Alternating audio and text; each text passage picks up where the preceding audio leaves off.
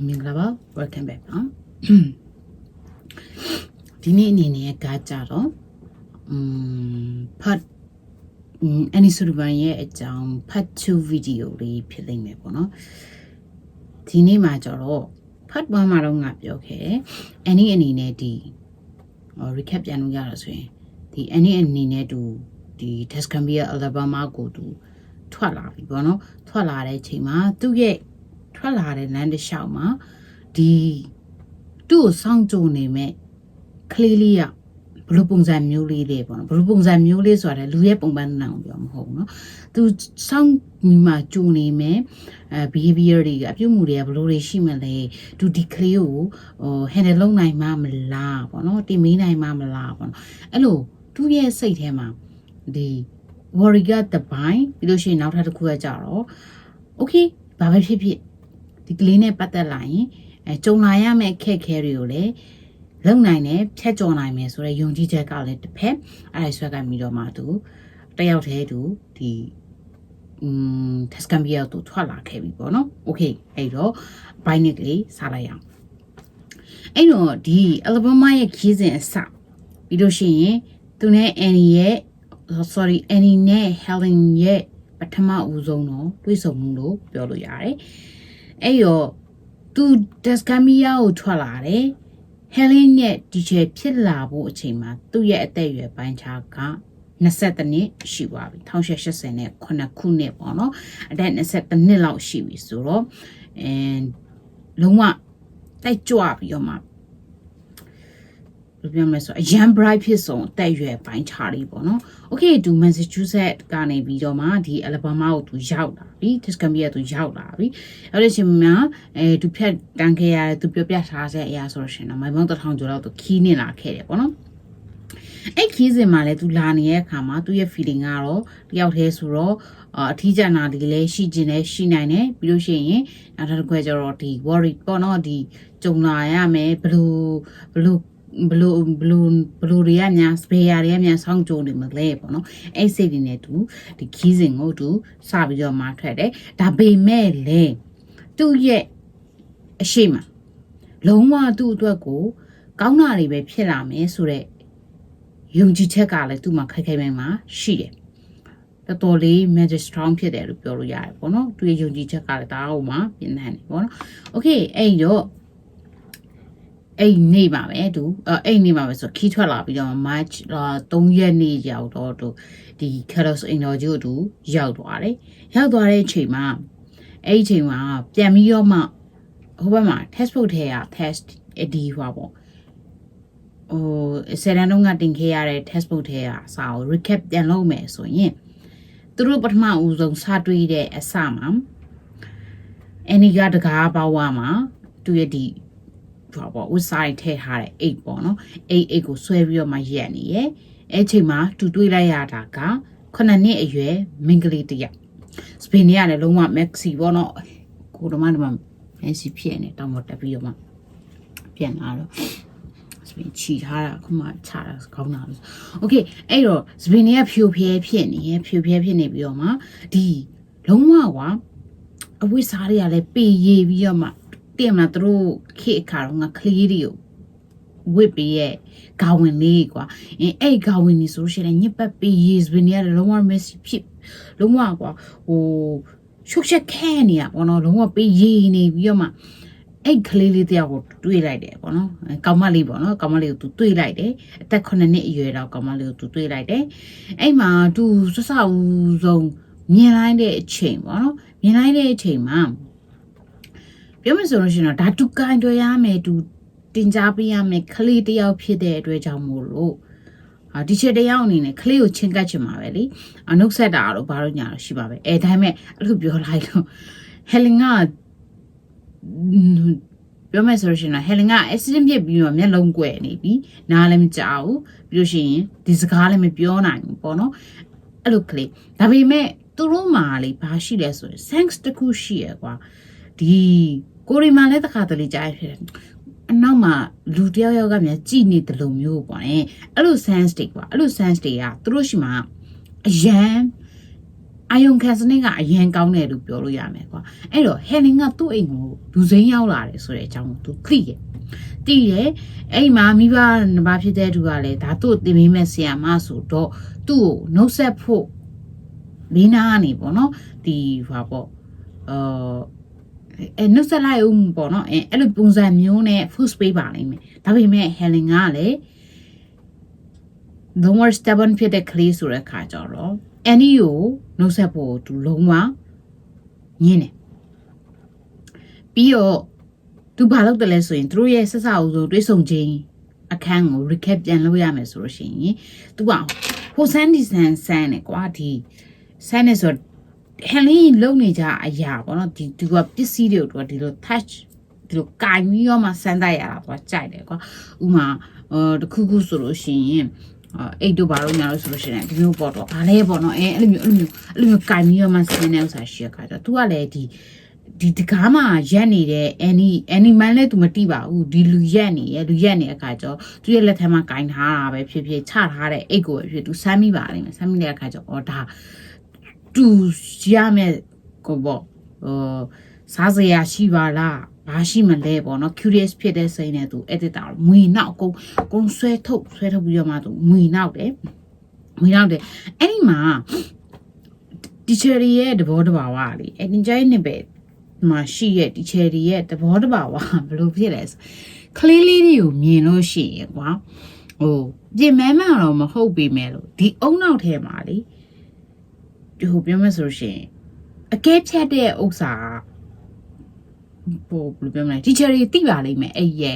ဒီရဲ့အာယုံလေဒီ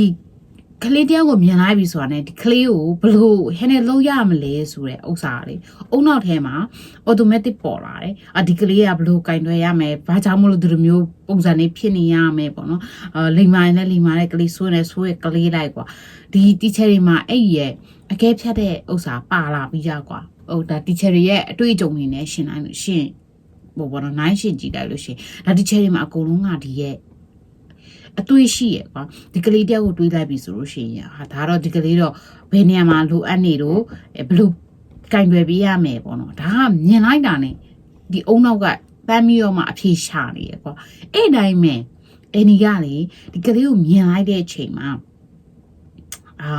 သူရဲ့ဒီ physical strong ဖြစ်မှုပေါ့နော်ဒီအိတ်ကိုသူဆွဲပြီးတော့မှဒီခန္ဓာကိုယ်ရဲ့တန်ဆွမ်းမှုပေါ့နော်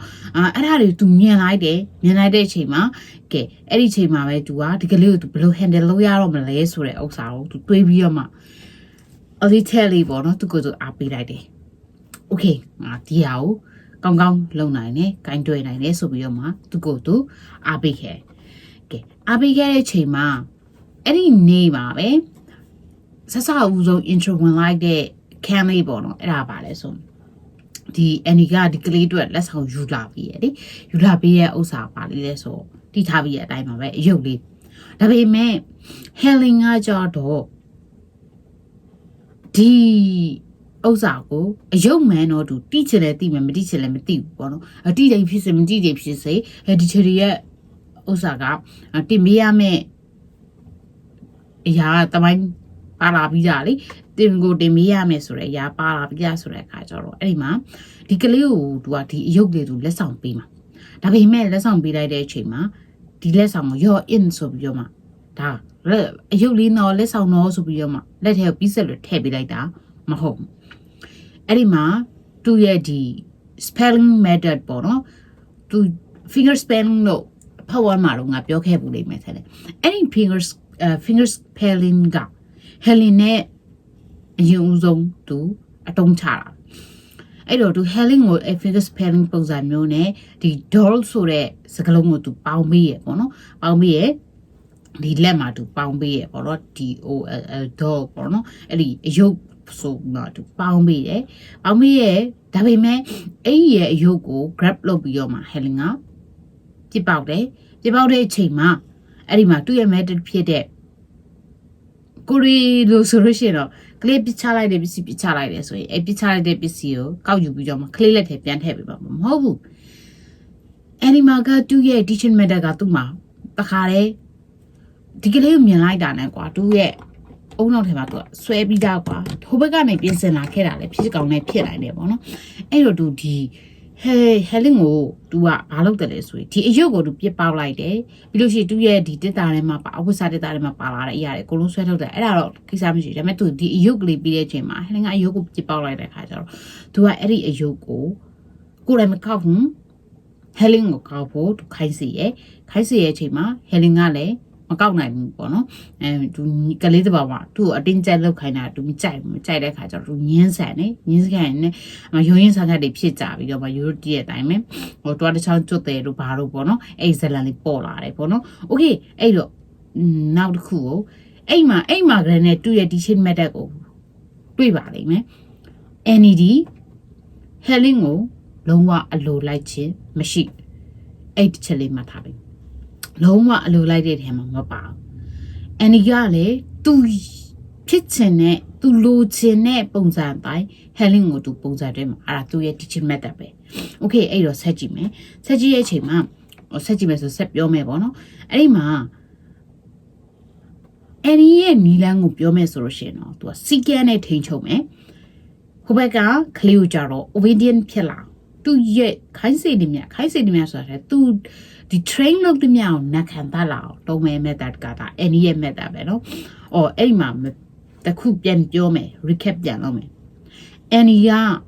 အရန် passionate ဖြစ်တယ်လို့ဖတ်တော့မှာတော့ငါလည်းပြောထားတယ်။ပြီးရင်သူကတကြောင်လုံးနဲ့သူနဲ့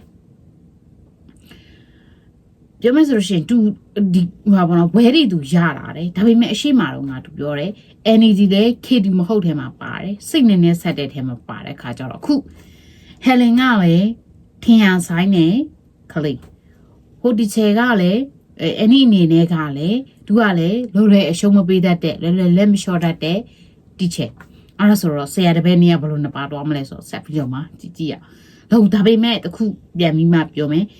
NED ဟဲလင်းကိုလုံးဝအလိုလိုက်တဲ့ထဲမှာမပါပါဘူးတခြားလူကအလိုလိုက်မယ်သူအလုံးဝအလိုလိုက်တဲ့ထဲမှာမပါဘူးအဲ့တော့ဆက်ကြည့်မယ်ဆက်ကြည့်ရခါမှာဒီသူတို့သမင်းစားဝိုင်းပေါ့နော်ဒီ dining table မှာရောက်သွားတဲ့အချိန်မှာ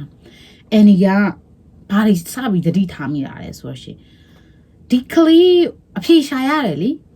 ကလေးတယောက်မှာဒီလိုအပြုတ်မှုတွေရှိနေပြီဆိုတော့ဒါပဲဘာကြောင့်လဲပတ်ဝန်းကျင်ရိုက်ခတ်မှုဒါမှမဟုတ်သူ့ဘေးနဲ့မှာရှိရလူတွေဒါပေါ့နော်ဟိုចောင်းသွားမယ်လို့ပြောရအောင်လေကလေးကចောင်းတက်နေတဲ့ကလေးမဟုတ်ဘူးလေဟိုဒီအိမ်မှာပဲထားတာဟုတ်သူမိဘတွေကအဲ့ဒါဆိုတဲ့ခါကျတော့သူ့ဘေးနားမှာရှိရလူတွေကြောင့်မို့လားဆိုတော့အကုန်လုံးကိုသူကပြန်ပြီးအကဲခတ်ရတဲ့အချိန်မှာသူတွေ့ပါတယ်အဖြေရှာတွေ့ပါတယ်ဘယ်လိုရှာတွေ့ပါလဲဆိုတော့8 minutes ဘွဲဝိုင်းမှာစားတဲ့အခါမှာဟဲလင်ဖြစ်ချင်တာမှန်တယ်များဘူးသူမိဘအလိုလိုက်တာလုံးဝကလေးကသူလိုချင်တဲ့ဥစ္စာကိုမရမချင်းချက်တိုက်တာအဲ့ဒီအချက်တွေကိုလည်းသူမိဘတွေကလက်ခံထားတယ်အဲ့ဒါဆိုတော့အဖေကအဲ့ဒီမှာတန်းပေါ်ဟယ်လင်းရဲ့ပုံစံသူလိုချင်တာမရရင်အဲ့လိုဟိုကျန်းတန်းတဲ့အပြုတ်မှုတွေပေါ်လာရတဲ့အဓိကအကြောင်းရင်းဒီမိဘတွေရဲ့အလိုလိုက်မှုရဲ့ပြီးလို့ရှိရင်တုန်တင်ဆုံးမမှုမှာစိတ်ကမရှိတဲ့အချက်တွေအဲ့ဒီချက်ကိုအန်နီယာတည်တည်ချာချာကိုသူမြင်သွားပြီမျက်စိရှိနဲ့နင်းသူကလုံးဝမျက်ဝါးထင်းနေသူမြင်လာရပြီဒီအကြောင်းအရာမြင်လာရပြီပြီးရင်နောက်ထပ်တစ်ခုဆိုးတာကြတော့ဟယ်လင်ကအိတ်ထမင်းစပွဲဝိုင်းမှာဟိုဒီအနောက်တိုင်းမှာဆိုလို့ရှိရင်တော့သူရဲ့ culture ကဒီခရနဲ့ဇွန်နဲ့စားတဲ့ culture ပေါ့ဒါပေမဲ့သူတို့ရဲ့စပွဲဝိုင်းမှာသူကဟယ်လင်အနေနဲ့ကကြတော့လက်နဲ့စားတယ်စားပြီးရခါမှာသူကအဲ့လက်ကိုစဉ်းစားကြည့်လုံးဝဟင်းနေပေးကြံနေရဲ့စားတွေပေးကြံနေရဲ့လက်နဲ့ပဲအဲ့ဒီစပွဲဝိုင်းမှာရှိနေရဲ့တခြားလူတွေရဲ့ပကံနေတဲ့ကာကူကသူကလိုက်ပြီးတော့မှနိုင်စားတာဟိုမျက်စိမြင်နေလို့ဒီလိုမျိုးဇွတ်ဇက်ပဲနိုင်စားမှာပေါ့နော်သူလမ်းတစ်လျှောက်မှာကွာဒီလိုကာမျိုးရောမှာကွာသူရဲ့လက်အရှိမပေါ့နော်ထိတွေ့ရတဲ့အရာမှန်တယ်များအကုန်လုံးကိုသူကကင်ဆိုးပြီးတော့မှသွားတယ်ဒါစားစရာလို့ထင်သူစားလိုက်တယ်အဲ့လိုပုံစံနေနဲ့သူစတိုက်သူလုပ်တဲ့အချိန်မှာအဲ့ဒီမှာဟိုဘယ်လိုပြောရမလဲဆိုရင်ကိုရီဆယ်လန်လုံးကတော့သူ့ကိုဇွန်နဲ့စားဖို့လက်ထဲထည့်ပြီးရလို့ပြောတယ်အဲ့ဒီမှာအန်နီကသူ့ရဲ့ပကံကိုဟန်နီရဲ့လက်ကလေးကလာပြီးနှိုက်တဲ့အခါမှာ any အိမ်မှာဘာလို့လိုက်လဲဆိုရင်အဲ့လက်ကိုဇွန်းနေနဲ့ตึกဆိုတော့ခောက်ပေးလိုက်တာခောက်ပေးတဲ့ခါကျတော့အဲ့မှာဟယ်လင်ကနည်းနည်းနာတာပေါ့နာဆိုသူဘယ်သူမှဒါမျိုးမလုပ်ဘူးလေမလုပ်တဲ့ခါကျတော့သူရမ်းစိတ်ဆိုပြီးတော့မှအဲ့ပြောမယ်ဆိုလို့ရှိရင်တော့အဲ့ဘယ်ပေါ်မှာရှိနေတဲ့အရာတွေအကုန်လုံးဖဲချပြီးတော့ကိုလုံးကိုလင်းမျိုးပေါ့နော်ပြစ်ပေါက်ပေါ့နော်ပြီးရင်ကန်ကြောက်ဒေါ်လာကြီးရဲ့လုံးဝသူဒီဒေါ်လာတကြီးနဲ့သူတုံ့ပြန်တယ်ဒါပေမဲ့အဲ့ဒီအကြောင်းရမှာအန်ဒီကလုံးဝဂိမ်းမဆိုင်ဘူးသူ့ရဲ့အစားအသောက်ကိုပဲသူဆက်ပြီးတော့မှစားနေတယ်အဲ့မှာစားနေတဲ့ခါမှာပြီးရဲ့ခါမှာဒီဟို textbook တွေကအရာဆိုလို့ရှိရင်တော့ဒီ zone နဲ့ပေါ့နော်ဒီသူ့ရဲ့အစားအစာကိုကင်တွယ်ပြီးတော့မှစားအောင်အန်ဒီကအဲ့အကြောင်းအရာတွေလည်းပါပါတယ်အန်ဒီကနေပြီးတော့မှ Helen ကို force ပေးတယ်လို့ဖြစ်တယ်ဒါပေမဲ့ကလေးကနာမခံဇွန်းနဲ့ကိုပြန်လွတ်ချတယ်ပြန်ကောက်ခိုင်းတယ်ထုံးစံနိုင်မယ်နော်ကောက်တဲ့အခါမှာအန်ဒီကိုလည်းမကောက်ဘူး Helen ကိုကောက်ခိုင်းတာအဲ့ဆိုအချိန်မှများစွာဒီအရာကိုလောက်တာပြစ်ချလိုက်ပြန်ကောက်ခိုင်းလိုက်ပြစ်ချလိုက်ပြန်ကောက်ခိုင်းလိုက်ပေါ့နော်ရောကောက်ဆိုပြီးတော့မှမဟုတ်ဘူးနော်ဘေးနားကနေသူကူပြီးတဲ့အဲ့ဆိုပြစ်ချလိုက်ပြန်ကောက်ခိုင်းဆိုအချိန်မှများစွာလောက်တဲ့အချိန်မှာ Helen ကနည်းနည်းပင်မန်းလာပြီးလို့ရှိရင် Helen ရဲ့ခေါင်းထဲမှာသူဘာတွေးမိတယ်လဲဆိုတော့အခါကျတော့ဒီလူဒီအမျိုးသမီးဒီသူကြုံနေကြသူ့ပတ်ဝန်းကျင်ကလူတွေနဲ့မတူဘူးထူးခြားမှုရှိနေရဲ့သူဒီလိုပုံစံနဲ့ဆက်သွားလို့မရဘူးဆိုတော့သူနားလေတဲ့အချိန်မှာသူ့ကိုခိုင်းတဲ့အတိုင်းပဲသူအဲ့ဒီဇွန်းနဲ့ခင်းနေပေါ့နော်သူအစားကိုပြန်စားဖို့ကြိုးစားလိုက်တယ်ပေါ့နော်ဒါပေမဲ့အဲ့ဒီထမင်းစပွဲဝိုင်းမှာအဲ့ဒီအချိန်တွေမှာဘယ်လူတွေမရှိတော့ဘူးလဲဆိုရင်ဟယ်လင်ရဲ့မိဘတွေမရှိတော့ဘူးအဲ့ထမင်းစပွဲဝိုင်းမှာပေါ့နော်ဟယ်လင်နဲ့အတူအန်နီပဲနှစ်ယောက်ပဲကြံထားတယ်ဘာလို့လဲဆိုတော့အန်နီကအကုန်လုံးပါထုတ်ပလိုက်ဒီခန်းထဲကနေစိတ်လောက်ထွက်သွားပြီပါသူသူ့ရဲ့လက်ထဲကိုဒီဟယ်လင်ကိုထည့်ပေးလိုက်ပေါ့နော်သူဒီကလေးကိုစပြီးတော့မှသူကင်ထွေရမှာမဟုတ်လို့ဘာညာပေါ့နော်ဒီသူ့ရဲ့ဒီ dialogue တွေတော့ရှိရပေါ့အဲ့လိုအကြောင်းအရာတွေနဲ့သူပထုတ်လိုက်တယ်အဲ့အချိန်မှာမိဘနဲ့ပါနေသူတခြားတော့လူတွေအကုန်လုံးကအဲ့ဒီမဲ့စပေါ်ဝိုင်းကနေထွက်သွားတာခါကျတော့ဒီခန်းမှာသူတို့ညောက်အဲ့တော့နောက်ဆုံးတော့ဟယ်လင်ကလက်လျှော့သွားအဲ့ဒီမှာအဲ့သူရဲ့ဇွန်းနဲ့ခင်းနေပေါ့နော်သူစားတယ်ပေါ့နော်စားပဲအဲ့မှာအန်နီရဲ့ယုံကြည်ချက်ကလေဒီကလေးကိုတွေးရတဲ့အချိန်မှာသူဘာလို့ဒီ method တွေသူသုံးရလဲဆိုရယ်သူရဲ့ယုံကြည်ချက်ကဘာလဲဆိုတော့ဒီ obedient ဖြစ်မှုကနာခံတမ်းမှုကလူတစ်ယောက်အတွက် knowledge အသိပညာနဲ့အတူတူဒီကလေးတစ်ယောက်ရဲ့ရင်ထဲမှာဒီချစ်ချင်းမေတ္တာတရားကိုဝင်အောင်ထည့်ပေးနိုင်တယ်ဟိုအဓိကတော့ချက်ပေါ့နော် obedient ရှိမှဖြစ်မယ်ဆိုပြီးတော့မှသူရဲ့ဒီကလေးက obedient logo လိုနေရဲဆိုပြီးတော့မှသူ့ရဲ့ဒါအန်နီကသူ့ရဲ့ယုံကြည်ချက်တစ်ခုပေါ့နော်အားကြောင့်မလို့လေသူကဒီ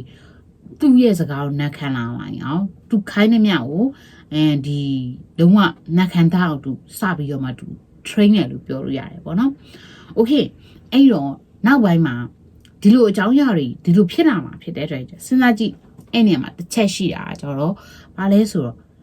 မိဘတွေရဲ့အမြင်နဲ့တီချာတယောက်ရဲ့အမြင်နဲ့အဲ့ညမှာစကွဲတာတီချာကကြတော့ဒီကလေး obedient ဖြစ်မှသူအဓိကဖြစ်နေရသည် obedient မဖြစ်ဘူးပြီးရင်စီကံမရှိနေဘူးပေါ့နော်အဲ့ဒီအချက်တွေကိုပြောင်းလဲမှတာလျင်ဒီ Helen ရဲ့တိုးတက်နိုင်မဲ့လမ်းစာကိုသူကမြင်တာဟုတ်အဲ့ဒါကိုကြတော့မိဘတွေရဲ့အမြင်နဲ့ဘလို့တွားပြီးတော့မှတွားကြည့်လဲဆိုတော့သူတို့ဒီမြင်ကွင်းကိုသူတို့မြင်ထားတယ်လေအန်နီက Helen ကိုဘလို့ကင်ရွယ်နေလဲဆိုမြင်ကွင်းကသူကမြင်လိုက်တယ်ဘာလို့လဲဆိုသူတို့က Helen ရဲ့အပြုတ်မှုပေါ့နော်ဟိုအနိကအနိခဲရတဲ့သူတွေဆိုတော့သူတို့ကသိတယ် Helen ဒီပစ္စည်းတစ်ခုကိုလိုချင်တယ်ဒီအကြောင်းအရာကိုသူလုပ်ချင်တယ်ပေးမလို့ဘူးပစ္စည်းကိုမပေးလိုက်ဘူးဆိုလို့ရှိရင် Helen ကသူ့ရဲ့ထုံးစံကအဲ့လိုနည်းနည်းလေးဟိုသူ့ရဲ့အပြုတ်မှုတွေကြမ်းတမ်းလာတယ်ပြီးလို့ရှိရင်အော်ငိုတာမျိုးတွေသူ့မှာရှိလာတယ်ကွာအဲ့လိုမျိုးတွေသူကမြင်ထားတယ်အဲ့အောင်မြင်တဲ့အခါကျတော့အခုလေအန်နီရဲ့အရှိမဟန်နီရဲ့ပုံစံကလုံးဝဟိုကျန်တဲ့ပြုမှုတွေပေါ်လာတယ်ဒါပေမဲ့အဲ့ဥစားကိုအန်နီကသူတို့လိုအလိုမလိုက်ဖင်းနဲ့ force baby ရောပြန်ခိုင်းတာကွာအတင်းကျပ်ခိုင်းနေတာကွာအဲ့အောင်မြင်လိုက်တဲ့အချိန်မှာမိဘရင်ဟာသူတို့တရမျိုးနာကျင်သွားပြီပေါ့နော်အဲ့လိုမျိုးအတွေ့မျိုးဖြစ်ကောင်းဖြစ်နိုင် ဒါမျိုးရတဲ့ခံစားချက်ကိုနားလေတယ်ကွာအဲ့ဆိုသူတို့ရဲ့စိတ်ထဲမှာဝင်မကြတာမျိုးလေဖြစ်ကောင်းဖြစ်နိုင်တယ်အဲ့လိုပုံစံမျိုးနဲ့ any trainer ကိုသူတို့ဆက်ဆောင်ဆိုနည်းနည်း shock ကြပါတော့ပေါ့သူတို့နဲ့မှမတူတာ哦လုံးဝအဲ့လိုလိုက်ခြင်းကမရှိဘူးပြီးသူတို့တမီးရလဲအဲ့လိုရိုးရင်းဆန်ခတ်ဆရာတပည့်နှစ်ယောက်ရိုးရင်းဆန်ခတ်တွေနဲ့အဲ့လိုတင် ကြားနေရတဲ့ဥစ္စာသူတို့စိတ်ထဲမှာသူတို့ဝင်မကြဘူးပေါ့နော်ဝင်မကြတော့အဲ့မှာသူတို့ဝင်ပြောရတဲ့ဟိုဆိုထားရရဲ့ပေါ့နော်ဒီဟိုကလေးကသူလိုချင်တာမရဘူးဆိုလို့ရှိရင်သူတို့အေးစစ်စစ်နေလို့မရဘူးပြီးလို့ရှိရင်အကုန်လုံးကလည်းဒီလိုအလုံးရှုပ်ရတယ်လို့ဘာလို့ညာလို့ပေါ့နော်အဲ့လိုတွေနဲ့သူတို့ဝင်ပြောမဆိုလို့ရှိရင်ဟိုတားမြစ်ချင်းတစ်မျိုးလို့လည်းပြောကောင်းပြောနိုင်ပေါ့နော်အဲ့လိုအခြေအနေတွေရှိအဲ့ဒီနဲ့မိဘတွေရဲ့ဆက်ဆံရေးရလဲအရင်ကြီးပြေးနေတာမျိုးမဟုတ်ဘူးဆက်စအောင်ဆိုတွေးခြင်းမှာသူတို့တမျိုးဒီလိုကင်တွယ်ရကောင်းလားဆိုမိဘတွေကလည်းစိတ်ထဲမှာဝင်မကြတာမျိုးတွေသူတို့မှရှိခဲ့တည်တယ်โอเคအဲ့လိုနဲ့နည်းနည်းရက်လေးကြာလာတဲ့အခါမှာအန်ဒီကနေပြီးတော့မှသူ့ဘက်ကနေပြီးတော့မှစတင်တောင်းဆိုမှုတွေပြုလုပ်လာတယ်အဲ့ဒါဘာလဲဆိုတော့ဒီကလေးကိုအပြည့်ဘာလဲဆိုတော့သူကလေးကိုဒီလိုတစ်ခုခုလုပ်ဖို့ train တိုင်းမှာကလေးကအဲ့လိုပဲဆရာတပည့်နှစ်ယောက်ကအေးစစ်စစ်နဲ့ဒီလုံးဝအေးချမ်းချမ်းနဲ့ပြီးသွားတာမျိုးမရှိဘူးအဲ့လိုရုံရင်းဆန်ခမ်းနဲ့ဖြစ်နေရတဲ့အခါမှာအဲ့ချိန်မှာမိဘတွေရင်ဝင်ပါတာမျိုးတွေရှိနေမယ်လေဝင်သားတာမျိုးတွေရှိနေမယ်အဲ့ဆိုအန်ဒီစဉ်းစားမှာပေါ့ဒီလိုမျိုးတာတစ်ချိန်လုံးဝင်ပါနေမယ်ဝင်သားနေမယ်ဆိုလို့ရှိရင်ဒီကလေးနေနေကရှေ့ဆက်ပြီးတော့မှဒုံရင်ပဲဖြစ်နေမှာသူတင်လဲဘာမှထူမှာမဟုတ်ဘူးအဲ့လိုတွေသူတွေးမိမယ်အဲ့ဒါဆိုတဲ့ခါကျတော့အန်ဒီကနေပြီးတော့မှသူ့ရဲ့ plan ကိုနောက်ထပ်တစ်ခုပြောင်းဖို့သူစဉ်းစားလိုက်တယ်အဲ့ဒါဘာလဲဆိုလို့ရှိရင်အဲ့ဒီ Killers ရဲ့ခြံဝင်းထဲမှာရှိနေတဲ့ Garden House ကိုHelen နဲ့သူနဲ့နှစ်ယောက်တည်းပဲနေကြမှာအဲ့ Garden House ကိုGarden House မှာတွားနေခွင့်ပြုပါဆိုပြီးတော့မှသူကဒီ Captain Killer တို့စီမှာသူစပြီးတော့မှခွင့်တောင်းတဲ့အချိန်မှာလည်းရှူတော့မဟုတ်ဘူးသူတို့ဟိုပါပေါ့နော်နည်းနည်းအကျိတ်နယ်တွေဆွေးနွေးရတဲ့အခန်းကဏ္ဍတွေလည်းရှိတယ်ပေါ့နော်အဲ့ဒီလိုနဲ့ပဲဆရာတပည့်နှစ်ယောက်ကအဲ့ဒီ Garden House မှာသူတို့ရဲ့နေ့စဉ်လုပ်ငန်းဆောင်တာတွေကိုစတင်ပြီးတော့မှဆောင်ရွက်တယ်ဟယ်လင်းရဲ့လုံးဝအုတ်ထိန်ပိုင်ခွင့်အတေဝါကအန်နီရလာပြီလို့ပြောလို့ရတယ်အဲ့ဒီအချိန်မှာပဲ Helen Keller ရဲ့အမှုကိစ္စမန်နေမြအကုန်လုံးကိုအန်နီကနေပြီးတော့မှအကုန်လုံးကိုစီကံတက်မှတ်ပြီးတော့မှစပြီးတော့မှတင် जा ပြီးအဲ့တော့တင် जा ပြီးတဲ့အချိန်မှာဒီအခုပြောမယ့်အချက်တွေမှာကြတော့သူက teaching back ကိုပြန်ရောက်လာတယ်ပေါ့နော်အန်နီက Helen ကိုတင်ပြီးတဲ့အခါမှာလေဒီတူ Laura Bridgman ရဲ့ဒီပေါ့နော်Laura Bridgman စီကနေသူတင် जा လာခဲ့ရတယ်ဒီပြောမယ်ဆိုလို့ရှိရင် finger spelling ပေါ့နော်finger spelling ပေါ့နော်အဲ့ finger spelling နဲ့သူက Helen ကိုသူတင်ပြီးတာအဲ့တော့စတင်တင်ပြီးတယ်ဒါပေမဲ့လေအဲ့တင်ပြီးတဲ့အချိန်မှာလေဒီတခြားလူတွေကိုတင်ပြီးသလိုမျိုးပဲသူ့မှာနီးလန်းတော့မဟုတ်ချွတ်ကြည့်တူးနေရမျိုးမဟုတ်တက်တူ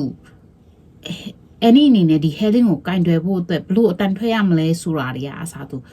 ဒီစကလုံးကိုသူစုံပေါင်းုံနဲ့တော့သူမရတယ်ဘူးလေအဲ့ဆိုအတန်ထွက်တွေအစားပြန်ပြီးတော့မှတင်ပြီးရဘာလို့လဲဆိုတော့ Helen ကသူ့ခေါင်းထဲမှာကဒီမျက်လုံးမကွယ်ခင်အခြေအနေတင် जा လေးလာခဲ့ရတယ်ထိတွေ့ခဲ့ရတဲ့အရာတွေပဲဟယ်လင်ရဲ့ခေါင်းထဲမှာကြံ့တော့ဒါလောကကြီးနဲ့လုံးဝအဆက်တွေပြတ်သွားပြီလေနားလည်းမကြားရဘူးမျက်လုံးကလည်းမမြင်ရဘူးအဲ့ဆိုနားလည်းမကြားမျက်လုံးလည်းမမြင်ရတဲ့ effect ကတဖြည်းဖြည်းနဲ့များလာတဲ့အခါမှာအရင်ကတော့သူစကားပြောတတ်တယ်ဒါပေမဲ့သူ့ရဲ့ခေါင်းထဲမှာရှိတဲ့တိထားတဲ့အတိ memories တွေကတဖြည်းဖြည်းဟောဘောနော်ဒီဝါဟာတွေကတဖြည်းဖြည်းနဲ့ loose ဖြစ်လာတာပေါ့နော်ဟိုတင်ခဲ့ရတယ်တိတော့တိထားတယ်ဒါပေမဲ့ပြန်ပြီးတော့မှတဖြည်းဖြည်းနဲ့ပါကိုရီတောင်မှဖြစ်တယ်လေမနေ့ကဖတ်ထားတဲ့စာဒီနေ့ပြန်ပါမလာတာမျိုးလေဟိုကလေးကသူကနှစ်နဲ့ချီပြီးတော့မှဒီဟိုအတန်လည်းမကြားရမျက်လုံးနဲ့လည်းမြင်ခွင့်မရတဲ့ဘဝကြီးနဲ့နေတာလောကကြီးနဲ့အဆက်တွေပြပြီးနေတာခါကျသူကောင်းနေမှာဘာကြံမှမဘာမှတိတ်ပြီးတော့မှကြံမှာမဟုတ်တော့ဘူးလေအဲ့ဒါဆိုတော့ဒီအတန်မှာသူကထွက်မလာတော့အဲ့ဒီစကလုံးတွေကိုပြောဖို့အတန်မှာသူ့မှာပျောက်ဆုံးသွားတဲ့ခါကျတော့စကားမှမပြောတတ်တယ်လို့ပြောတယ်တကယ်တမ်းတော့စကားတော့ပြောတတ်တယ်ဒါပေမဲ့အတန်ထွက်မလာတော့ဒီဝူဝဘွားတွေပဲပြောတော့တယ်ပေါ့နော်အဲ့လိုမျိုးဖြစ်လာတယ်โอเคအဲ့တော့ဒီအတန်တွေထွက်တာတွေကအစားဒီအန်နီကနေပြီးတော့မှ Helen ကိုတင်ပေးရတယ်ပြီးမှဆိုသူ့အတွက် lesson plan နေပြီးလို့ရှိရင်ဒီ syllabus design ကိုတိကျပြန်ဆွဲပေးရတဲ့ပုံစံမျိုးဖြစ်သွားတယ်ပေါ့နော်ဒါက teachers တွေရဲ့ rules ဘက်ကနေကြည့်တယ်တုံးတက်ချက်လေးပေါ့နော် okay အဲ့ရော Helen ကလေသူကတကယ်တမ်းကလုံးဝ bright ဖြစ်တဲ့ကလေးတွေမှာပါတယ်ဒီကိစ္စကြီးဒီ mystery disease မဖြစ်ခင်ပေါ့နော်အမီဖော်လို့မရတဲ့ဒီသူဖျားနာမှုကြီးမဖြစ်ခင်မှာကလေးကတော်တော်လေးကိုမှတွက်တဲ့ကလေးတွေမှာပါတယ်တင်ကြားရတာလွယ်တယ်တတ်မြောက်လွယ်တယ်ထဲမှာပါတယ်အဲ့ဆိုအဲ့ဒါတွေတော့ရော့ပါသွားခြင်းမရှိဘူးအခုလေဒီကလေးကဒီတင်ပေးတဲ့ finger spelling ကိုအခက်ခဲတိတ်မရှိဘူးတင်မရတဲ့ထဲမှာလေဟိုအလွယ်တကူပြန်ပြီးတော့မှသူ့ပပြီးတော့မှပြောနိုင်တယ်ပေါ့နော်ဒါပေမဲ့အဲ့အခုတော့ငါပြောတော့လို့ဒီအယုတ်ဆိုတဲ့စကားလုံးကိုပေါင်းလိုက်တယ် DOLL doll ပေါ့နော်အယုတ်ဆိုတဲ့စကားလုံးကိုပေါင်းလိုက်တယ်ပေါင်းလိုက်လို့ရှင်သူကလေစလုံးမဲပေါင်းတတ်တာအဲ့ဒါဘာလို့ဆိုလို့ရလဲဆိုတော့ तू မသိ doll ဆိုရင်ကိုရီးယားအယုတ်မှန်တန်းတီးပြီမယ်ဟယ်လင်ကအယုတ်မှန်တန်းမတီးဘူးပြီးရင်နောက်တစ်ခုကကြတော့ဒီအယုတ်နဲ့ဒီအယုတ်နဲ့ပေါ့နော်ဒီအယုတ်နဲ့ဒီ doll နဲ့ဆက်ဆက်နေတာကိုလေဟယ်လင်ကအဲ့လို connect မလုပ်တတ်ဘူးအဲ့ဆိုတော့ပစ္စည်းတတ်တယ်ဘာပစ္စည်းမှလည်း तू မတီးဘူးဒီဖုန်းဆိုရင်4000ရှိမှန်းတီးမယ်ဒါပဲဖုန်းမှန် तू မပြောတတ်ဘူးကင်လိုက်တယ်ဘာမှမတီးပစ္စည်းကင်လိုက်တယ်ပဲ तू စိတ်ထဲမှာတီးရပေါ့အဲ့လို तू မှာ connection နဲ့ပြက်တောက်သွားတာကွာအဲ့ဟာတွေဟဆာအဲ့ဒီကပြန်ပြီးတော့မှတင်ပေးရမယ်ဒါပေမဲ့အခုကကြတော့ဘာနဲ့တူလဲဆိုလို့ရှိရင်ကလေးကိုစာနေမေးနေရကွာဟိုအကောင်လေးတွေကိုလေဟိုချက်တူရေးလေးတွေကိုတွားပြီးတော့မှစာတင်ပေးတယ်လို့မျိုးပေါ့နော်သူပြောထားတာပေါ့ဒီစာထဲမှာသူပြောထားဒီစရုပ်လေးဒီ sorry စရုပ်လေးဆိုဝါဟာတွေကိုထည့်ပေးတယ်ကွာ input ပဲရှိရကွာဒါတွေကို apply လုပ်တဲ့တဲ့ထဲမှာမပါရဘူးပေါ့နော်အဲ့လိုပုံစံမျိုးသူဖြစ်နေရဲ့အဲ့ဒီမှာတခါတလေကြားလို့ရှိဘလောက်တော့မှဆိုလဲဆိုရင်ဒီ cake cake ဆိုရယ်ဒီ cake မုံဆိုရယ်စကားလုံးနဲ့ CARD cut ဒီ cut ပေါ့နော်ကပ်ပြားရယ်အဲ့ဒီစလုံးလေးရဲ့ဟိုစလုံးပေါင်းတော့တူနေရကွာသူကဒီ finger spelling တုံးတဲ့ကကြောင့်အဲ့စလုံးပေါင်းတော့တူနေရဥစ္စာမှာအဲ့တူညီတာတွေကအစတခါတလေကြောက်ရှင်ဟယ်လင်ကတော့အမှ confuse ဖြစ်နေတာဒါမျိုးတွေအဲ့လိုအခက်ခဲတွေလေသူကရှိတယ်ခုနကရန်လွယ်ကူကူကြီးတို့ထင်နေမှာဆိုလို့နော်ဟိုအရှိမသူညံကောင်းတယ်ဟိုအလွယ်တကူဒီ finger spelling ကိုသူကတူပနိုင်တာတော့မြန်တယ်ဒါပေမဲ့ဝါဟာရာတွေတင်တဲ့အခါမှာသူက cut ရဲ့အဲ့ဒီဟိုပေါ့ကိတ်မုံနေရဲ့အဲ့စကလုံးတွေမှာသွားရှုပ်ထွေးနေရမျိုးသူမှရှိတတ်တယ်ဒါပေမဲ့အဲ့ဒီအနေနဲ့ဒီအကြောင်းအရာတွေဖြစ်လာတော့လက်လျှော့လိုက်တာဆိုရင်မလျှော့ဘူးနေ့တိုင်းသူ့ရဲ့ daily ပေါ့နော် daily မှာပစ္စည်းတစ်ခုကင်တွေရရမယ်ဆိုရင်အဲ့ပစ္စည်းကိုစိတ်ရှိလက်ရှိနဲ့တော့စလုံးပေါင်းပြီးအဲ့ finger spelling တုံးပြီးတော့မှ Helen ကိုတင်ပေးတာအခုခေတ်ဆိုရှင်ဖုန်းဆိုလို့ရှင်လေဖုန်းကိုလက်ထဲထည့်ပေးလိုက်တယ်ဒါပေမဲ့အဲ့ဒါဖုန်းမှာဆိုတဲ့ spelling ကိုလက်ထဲမှာတစ်ခါလေးပန်းပေါင်းပြီးအဲ့ဒါဆိုနေ့ရက်တိုင်းမှာဒီ vocab ကိုပေါ့နော်ဘာမှမတိသေးပေမဲ့ဒီ vocab ကိုသူကလုံးဝဒီ finger spelling ပုံစံမျိုးနဲ့သူအကုန်လုံးကိုသူပါလောက်တာဆိုပေါင်းပေးရဲအဲ့ဒီမှာလေ any ရဲ့စေတနာပြီးလို့ရှိရင်သူ့ရဲ့စိတ်ရှည်မှုအတိုင်းသားမြင်ရတယ်နော်တော်ရုံလို့ဆိုလို့ရှိရင်ဒါတော့စိတ်ရှည်တီးခံနိုင်ဆိုတာရှိမှာမဟုတ်ဘူးเนาะတော်တော်လေးစိတ်ရှည်တဲ့အထက်မှာပါတယ်ရတယ်တို့မှဆရာမသားတော့ရမ်းစိတ်နာကောင်းโอเคအဲ့တော့ now ဘောနော်လုံးဝ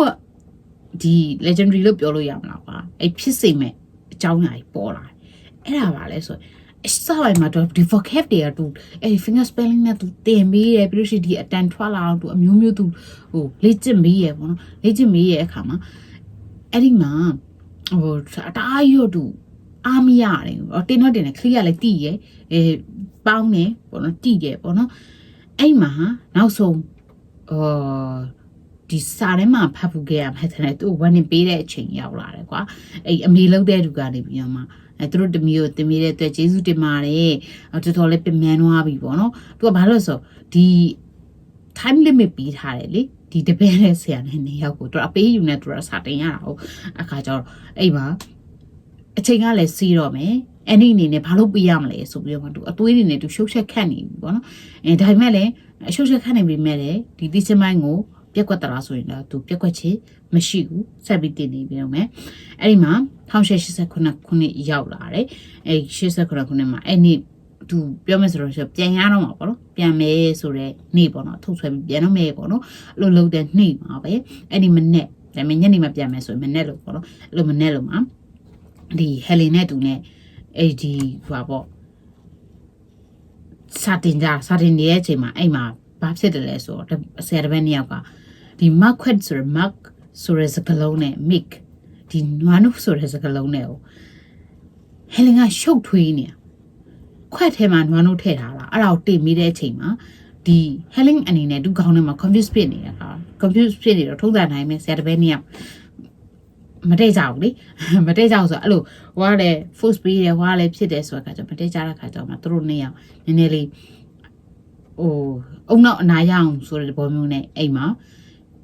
ဟယ်လင်ကိုဒီအနီကနေပြီးတော့မှဒီပက်ချိုင်နဲ့ခေါ်ထုတ်သွားလေရဲ့ဝေးနဲ့ခေါ်ထုတ်သွားရခေါ်ထုတ်ပြီးမှတွားနေရပေါ့နော်သူလည်းစဉ်းစားအတွေးနဲ့ပေါ့နော်ဒီကလေးသူဘယ်လိုလုပ်ပေးရတော့မလဲပေါ့နော်မဟုတ်ရင်သူဒီကနေပြန်သွားလို့ရှိရင်ဒီတိနေပြီးတော့ဝါဟာလာတဲ့အကုန်ပျောက်တော့မှာဘာလို့လဲဆိုတော့ကလေးကတူးရဲ့ထိန်ချောင်းမှုလို့လားဒီပုံစံအထိဒီအချိန်လေးအထိထက်ထက်မြက်မြက်ပုံစံလေးဖြစ်လာတာလေတကယ်တမ်းကတခြားလူဒီနဲ့ထိတွေ့ပြီဆိုလို့ရှိရင်အလိုလိုက်တာကိုအလိုလိုက်တဲ့ခါကျတော့ဒီကလေးကဘယ်လိုပြောမလဲဒုံရင်တိုင်းပြန်ဖြစ်တော့မှာတူတင်ထားတဲ့မြတ်လည်းအကုန်ချင်းကြီးဖြစ်မှာဆိုတော့ခါကျတော့အဲ့ဒါလေးလည်းသူခေါင်းခဲတယ်ကွာခေါင်းခဲဒါပေမဲ့လည်းအမဆယ်ဘဲနှစ်ယောက်အပန်းချန်ထဲမှာသွားပြီးမှသွားနေရင်းနဲ့အမဟယ်လင်ကသူကထုံးစံနိုင်မဲ့ဟိုစောဒီစောနဲ့ဆိုခါကျညစ်ပတ်တဲ့အခါကျတော့အားနဲ့သူအရေပုံပိုင်ပေါ့နော်ရေတွင်းလို့ပြောလို့ရေပုံပိုင်လို့ပြောအဲ့ကိုခေါ်သွားတဲ့အချိန်မှာအဲ့ဒီမှာစတာပဲသူတို့ရဲ့လုံးဝ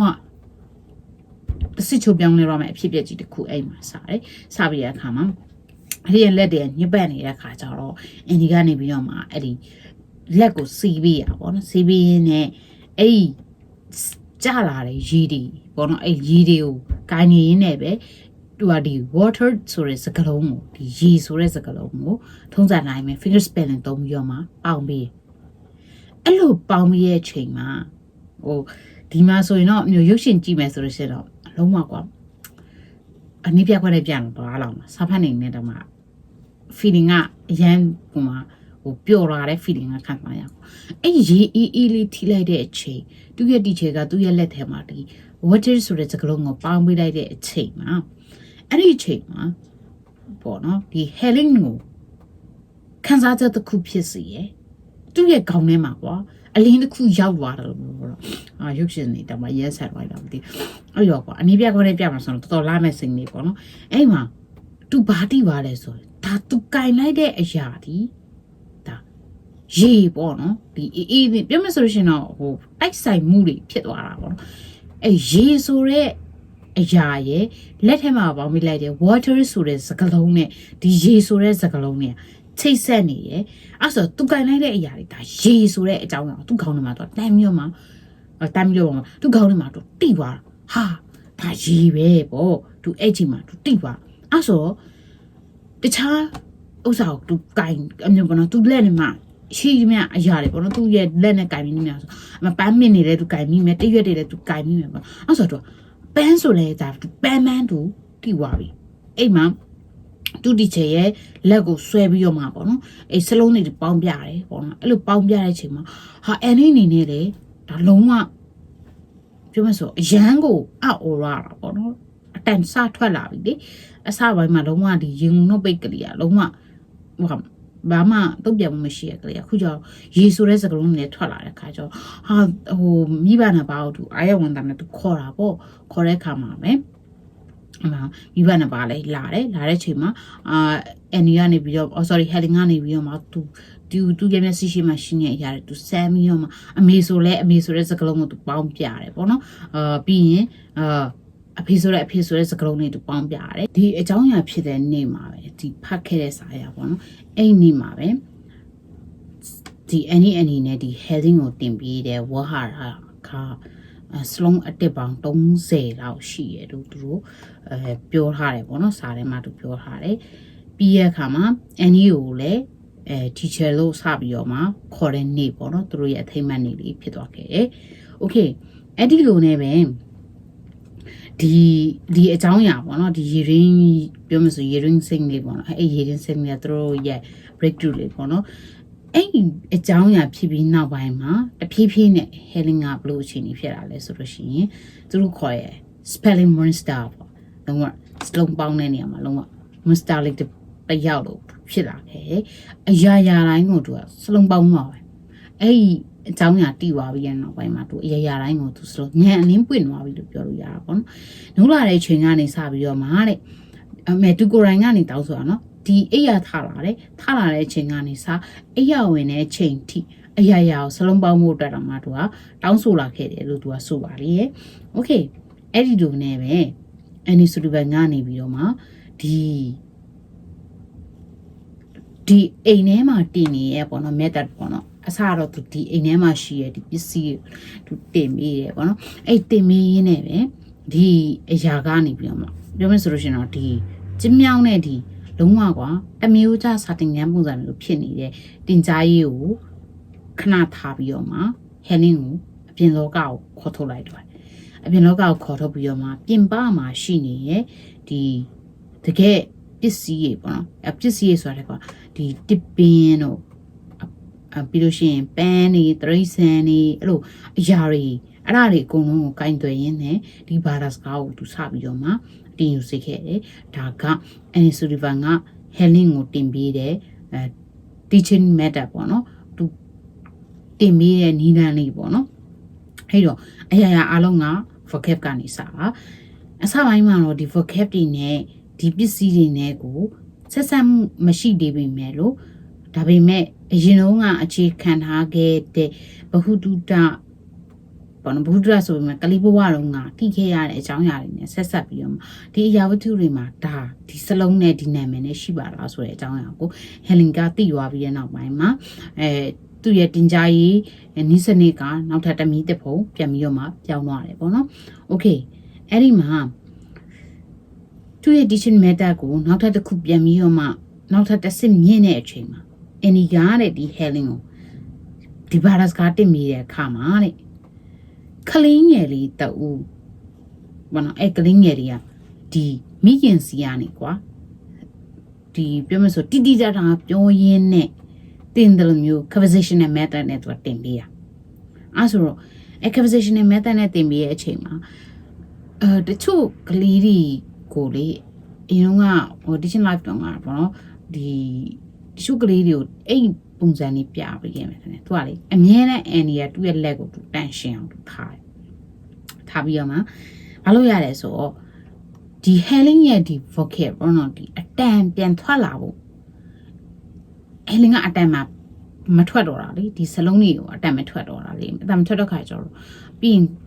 သူတမန်လူနေတော့သူ့ရဲ့အတန်ထွက်တဲ့ပုံစံကနည်းနည်းလေးကွဲနေမယ်ပေါ့နော်ဒါပေမဲ့